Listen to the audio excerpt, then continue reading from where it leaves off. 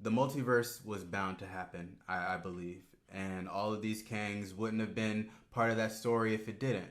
But he had to find a way to bring it all into one. So I feel, if anything, by the end of this saga, I think Kang may be seen as bad, but who knows? He may eventually later on be the savior of the universe.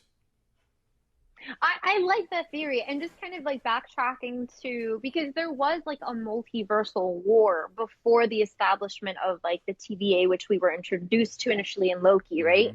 Mm-hmm. These multiverses, right, were overlapping one above the other and they were coexisting, but at some point, right, like there was an awareness of other variants of yourself, and then there was conflict of like, I guess, the dominance and who's in control. And with the multiversal war, the He Who Remains, who was, I guess, like the winner of that multiversal war, Mm-hmm. established the TVA to then create one sacred timeline to prevent any like conflicts with branch realities and variants and nexus events and all of that.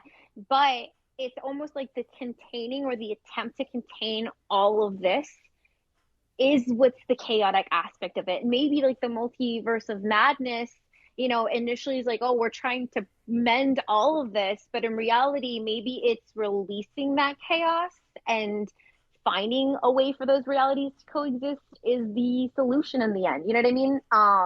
So it's all over the place, but like I feel like it's like kind of how you said, like the multiverse is gonna be left open. Like otherwise